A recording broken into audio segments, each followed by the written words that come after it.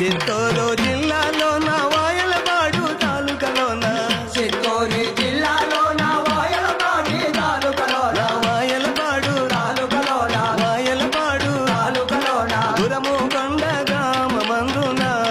వైద్యమ్మ తల్లి పుట్టింది జటోరు పల్లెలో గడియలో నా కోడి కూస మేడాలో నా కొలువు మీరా భక్తురాలు బాల రెడ్డమ్మ రెడ్డమ్మ తల్లి సత్యమైన